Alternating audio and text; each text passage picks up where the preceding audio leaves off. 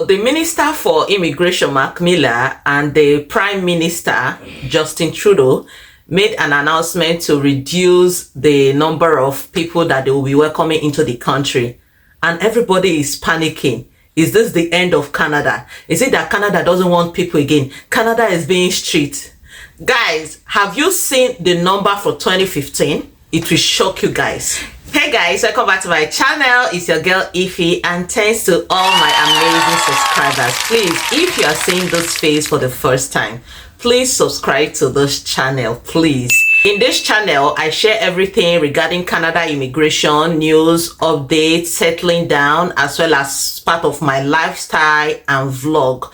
So guys, there is a big news that was made yesterday because I'm filming this video the next day. Canada released their immigration level plans for 2025 to 2027, and it seems that that plan is discouraging lots of people already from pursuing their immigration dream.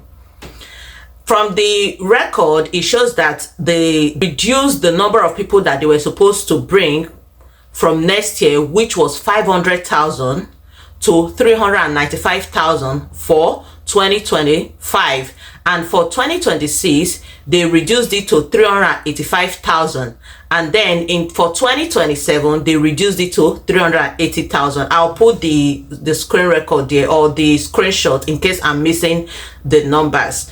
Guys, this is, in fact, to me, I wasn't surprised, because if you've been following me on my YouTube, the Minister for Immigration already said it, that they are going to reduce the number of people that they are welcoming into the country. And in fact, it says that the reduction will be significant.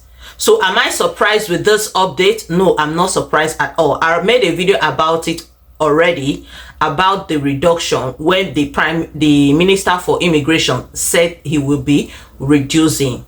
Now, is it the end of Canada's boom? Is it the end for Canada to welcome people? It is not. It is not. The current population for Canada is around like over 40 million.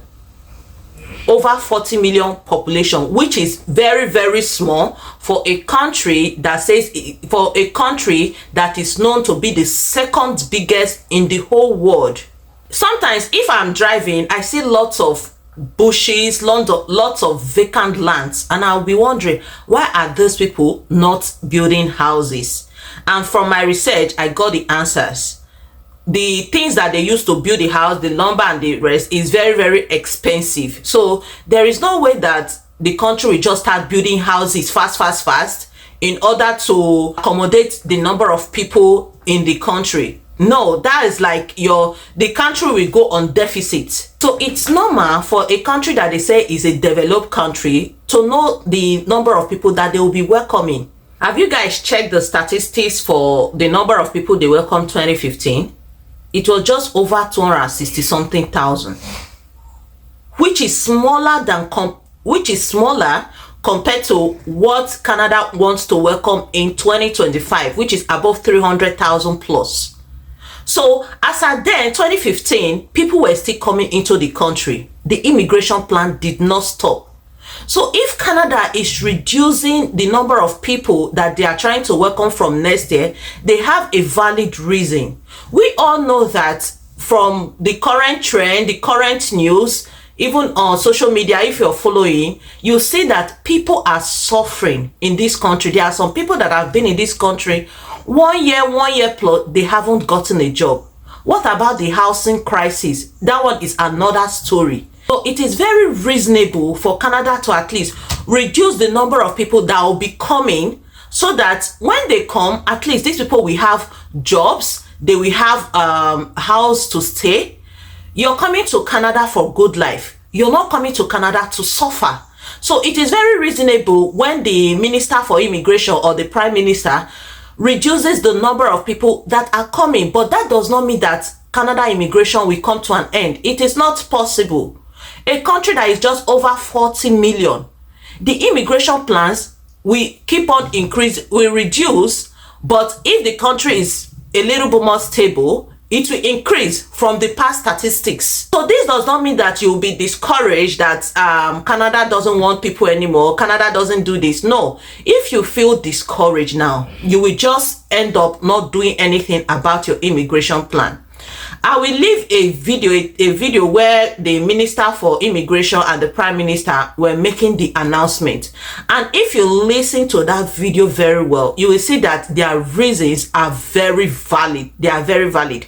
They are not saying people should stop coming. No, they want a situation where people come, they don't need to suffer too much for them to get a job, or for them to get a house, for them to settle down. The reason for you coming to Canada is to have a good life. But it's so disappointing that when you come to this country, to settle is a problem. To get a job is a problem. Housing is a problem. In fact, the inflation is just too high. Is Canada saying you shouldn't come? No, that's not what Canada is saying. They didn't say that is the end of Canada. But I well know that if the economy is stable, they will also increase the number of people that they will be bringing. If you check the statistics, number of people that they welcomed from after the pandemic went so high, like 400-something thousand plus after the pandemic. So they welcome people according to what the country needs. Like I always say in my video, Canada immigration they consider the things that the country needs.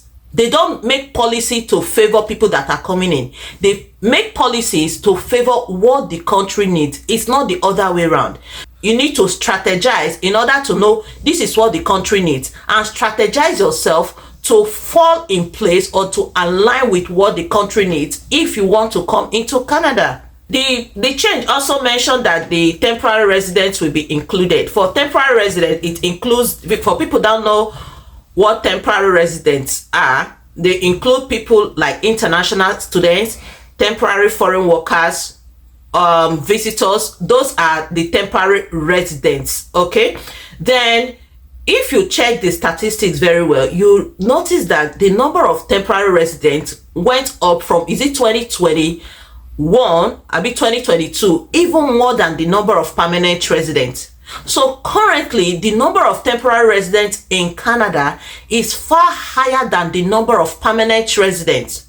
So when the country says that they are going to cut down 40% of people that they are welcoming as a temporary resident, it still makes a whole lot of sense, because there is no way that they can start welcoming permanent residents when there are temporary residents that needs to be transitioned to become a permanent resident. They will work with the people in the country first, instead of welcoming more population whereby they will not have housing, they will not have jobs. It is pointless. People that are already a temporary resident in the country needs to be transitioned to become a permanent resident, which will add the number of the target plan that they have from 2025 to 2027.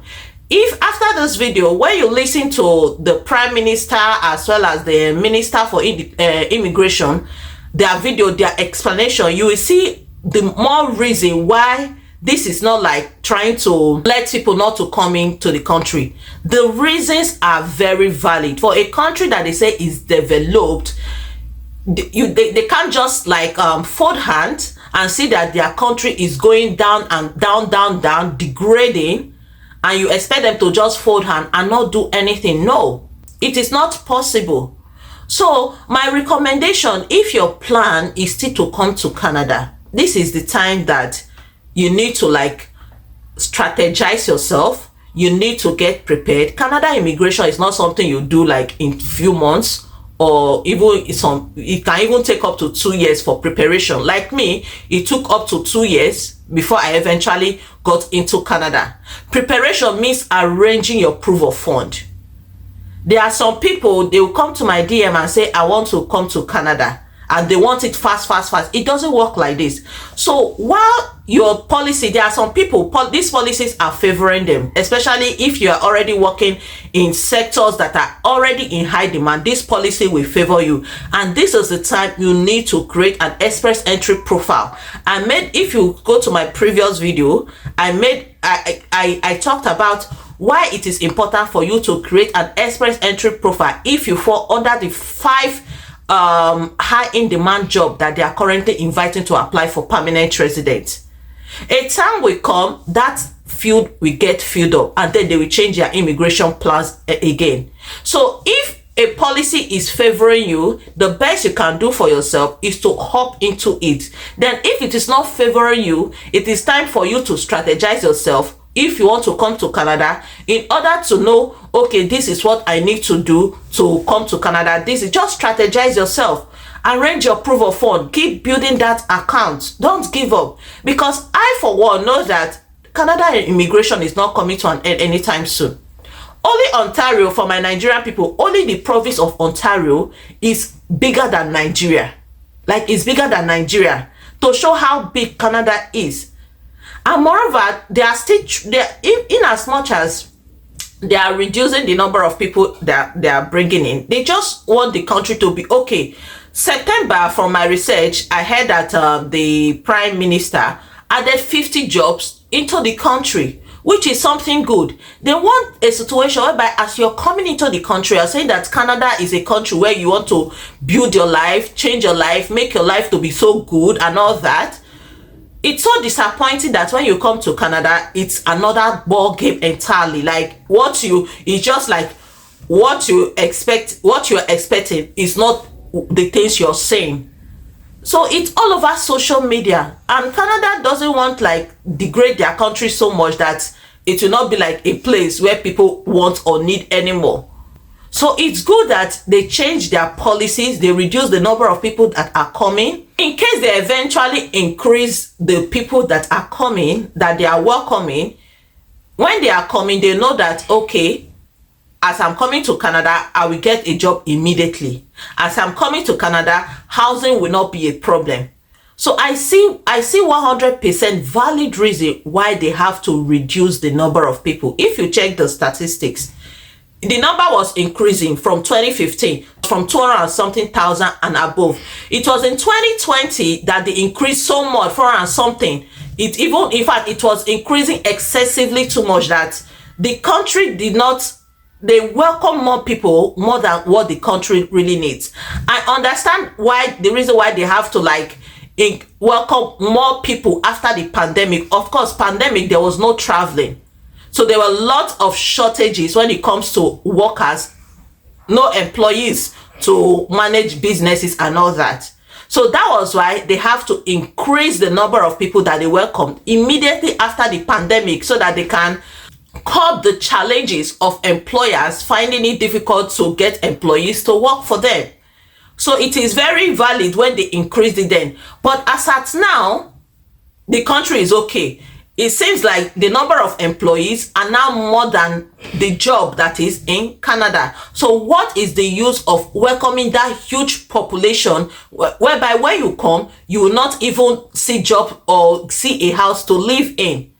So it's normal, it's very valid that they have to reduce the number, but that does not mean that they will stop immigration. So for people that are already giving up, that Canada doesn't want us again, Canada doesn't want to welcome people, they are imitating UK, they are imitating, it's not about imitating anything.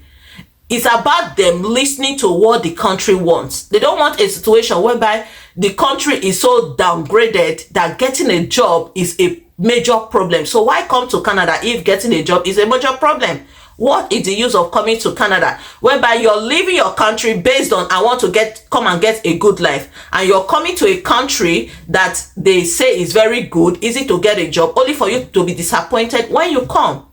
So guys, do not give up. If this plan, the immigration plan, is favoring you, the number of people they are welcoming is favoring you, please hop on it very fast. For those that is not favoring, learn French. There are different strategies that you can use to align yourself to the things that the country needs. I made several videos about it. Just scroll down, you will see the videos. So guys, that is it. So I'm going to leave you guys to see the full news of the immigration plan, their explanation, the reason why they have to cut down the number of people that they will need from 2025 to 2027. They usually do this every November 1st. It's just that this one, it came up before November 1st. Every year, they always make announcement about the number of people that they will welcome in the incoming 3 years, in the incoming years. So this news is not like a shocker. It's not a shocker. We were expecting the news, only that it came earlier. The news was supposed to be November 1st, just like the way they've been doing it. They always announce the level plans for the incoming years. So guys, I'll leave you guys to see the full news and see the reason why they have to reduce the number of people that they are welcoming. Please put your thoughts in the comment section and let me know if what they did is something bad or what they did is something good. So put your thoughts in the comment section, and if you've watched to the end, please hit the subscribe button so I can grow this channel. And don't forget to like and share this video for people that are already discouraged. Share this video that they don't need to be discouraged. It's just that what they did, it is something that needs to be done if Canada wants to maintain that good country that people know it to be. So see you guys in my next video. It is a pleasure to be with you here today. Immigration is critical to the future of our country. How we manage it to ensure long-term sustainability is just as important. As an immigrant myself, I'm proud of Canada's history of welcoming newcomers who contribute to communities across the country. I'm equally invested in ensuring our system remains strong and robust for future generations. It is now my distinct honor to introduce Prime Minister of Canada, Justin Trudeau. Thank you, Paul, for your words, and thank you for your hard work as Parliamentary Secretary on immigration. Good morning, everyone. In a moment, Minister Miller will be detailing our immigration plan. Before he does, I want to say a few things. Canadians are justifiably proud of our immigration system. It has made our economy the envy of the world. It's how we've built strong, diverse communities. It's how we've demonstrated that differences can and must be a source of strength, not a source of weakness for communities and society. Immigration is vital to our future. And as a federal government, we have to make sure that that pride, that faith in immigration is not undermined. We've been through a hard time these past few years. COVID stopped everything. When we started to emerge from it, workers were in short supply, things we needed weren't going to market, and prices started going up, so we acted. We made sure that our businesses had workers. Our economy got moving again, and we actually experienced the fastest jobs recovery after the pandemic in the G7. Now, it is time to make the adjustments to stabilize the immigration system that we need and get it working right for Canadians for right now. Today, we're announcing that we will reduce the number of immigrants we bring in over the next 3 years, which will result in a pause in the population growth over the next 2 years. This builds on our previously announced measures to cap international student permits and reform the temporary foreign worker program, all of which we are implementing with a single aim: stabilize our population growth to give all levels of government time to catch up. Time to make the necessary investments in healthcare, in housing, in social services to accommodate more people in the future. Our immigration system has always been responsible, and it has always been flexible. And so we are acting today. Because in the tumultuous times as we emerged from the pandemic, between addressing labor needs and maintaining population growth, we didn't get the balance quite right. With the plan we're announcing today, along with previously announced measures, we're making our immigration system work better. We need others to step up and do their part too. Far too many corporations have chosen to abuse our temporary measures, exploiting foreign workers while refusing to hire Canadians for a fair wage. All while, under the watch of provinces, some colleges and universities are bringing in more international students than communities can accommodate, treating them as an expendable means to line their own pockets. That's unacceptable. and it needs to change. Businesses should no longer rely on cheap foreign labor. My message to them is that there is no better time to hire and invest in Canadian workers. Our international student cap is dealing with exploitative colleges and universities, but all institutions need to take it upon themselves to be more responsible. And every step of the way, we need provinces and territories to work closely with us, too. Immigration is essential for Canada's future, but it must be controlled and it must be sustainable. With today's annual immigration plan, that is precisely what we're doing. Thank you all for being here this morning. Merci. Je passe maintenant la parole au ministre Miller. Mark.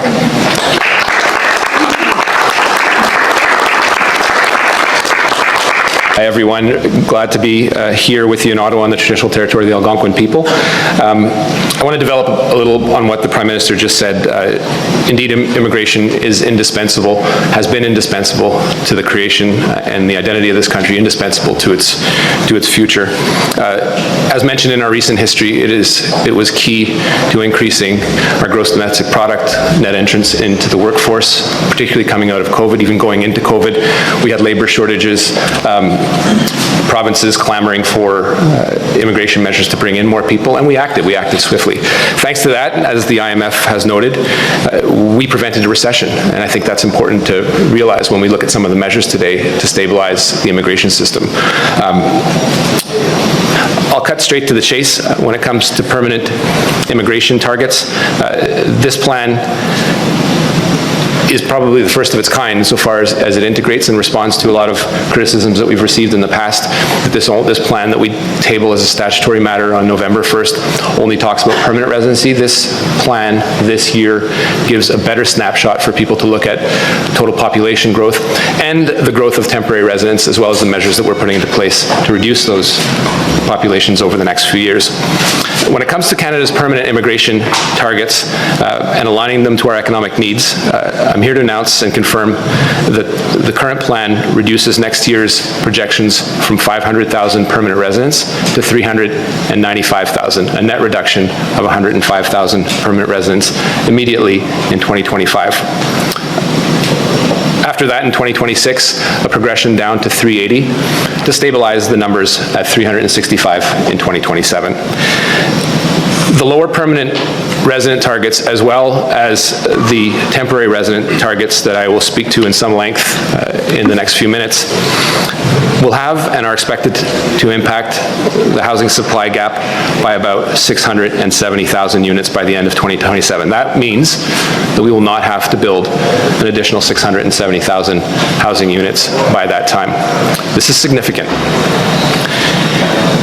Again, some structural aspects to this plan as well is the need to focus on people that are already here.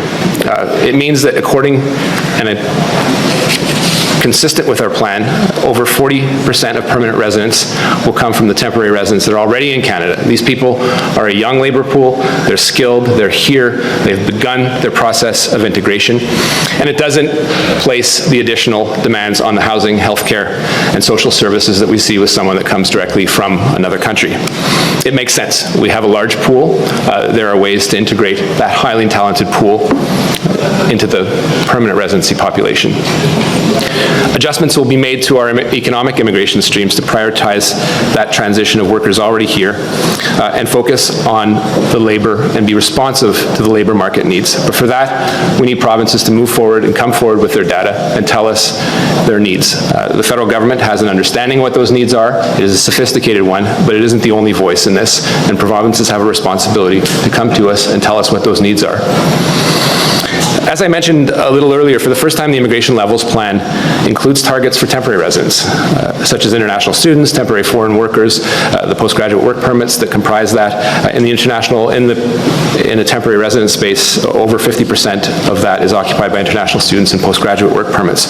So the measures that we instituted a little less than a year ago are ones that are important to highlight the success of. We have seen, thanks to those measures, a reduction of about 43% in the number of study permits, new study permits accorded, and that's working. Studies are showing quite consistently that that is contributing to the lowering of the rent, notably in Vancouver, Surrey, as well as Toronto, close to 8 to 10%. And this is something which is a clear proof point, and in fact encourages us to take the measures that we are taking today with respect to permanent residency. The caps that we put in place are not measures that we took lightly, nor are the measures taken today ones that we're taking lightly without reflection. We are an open country, but not everyone can come to this country. Permanent residency is something that we hold dear. It has a value, as does Canadian citizenship. We've been a very generous country and will continue to do so. The numbers that we announce today roughly take us to back to a very ambitious plan that was put forward in about 2020. It reflects the fact that we have and we will continue to listen to Canadians. That's something that's important because the people standing behind me today are people that have been speaking to their constituents, have been speaking to economists, have been speaking to universities and institutions, and listening to their own families. And they've said consistently that while we are still and continue to be an open country, that volume that we have put forward is something that is of concern. And indeed, the latest Environics poll says as much. There are limits to governing by poll, and this is something that took some reflection over the last year. When I spoke to economists, they said clearly that their range of permanent residency needed to be reduced, but there wasn't unanimity as to what it was. It was about 350 to 450,000 for next year. This is somewhere in the middle, and I think it respects a responsible plan to grow immigration. Well, the net effect is a pause on the population growth. It is something that shows that we're listening to Canadian, shows that we have a controlled immigration plan that we can be proud of. One final point that I think is really important for the number crunchers out there, and I know there are indeed a few, the temporary measures that we have taken, including the ones that Minister Boissonnault has announced, are expected to result in a reduction of Canada's temporary resident population of 445,000 in 2025, an additional 445,000 in 2026, and perhaps a modest increase of 17 in 2027. Those are the numbers that we are factoring in as we look at the impact on the need to build housing units, but also the ones we look at when we look at the overall mix and the plan to reduce the temporary resident population from 7 to 5%. One final note on regularization, and I know this was an important mandate of our government. It has become quite clear over the last year that there is no consensus on a mass regularization program, despite the fact that people in Canada continue to be Canadian except for everything but in name. When looking at this regularization program, we looked at the impact that this could have on deploying it in a short period of time and making sure that it is a success that makes sense and is fair for everyone. It doesn't mean we've left these people behind.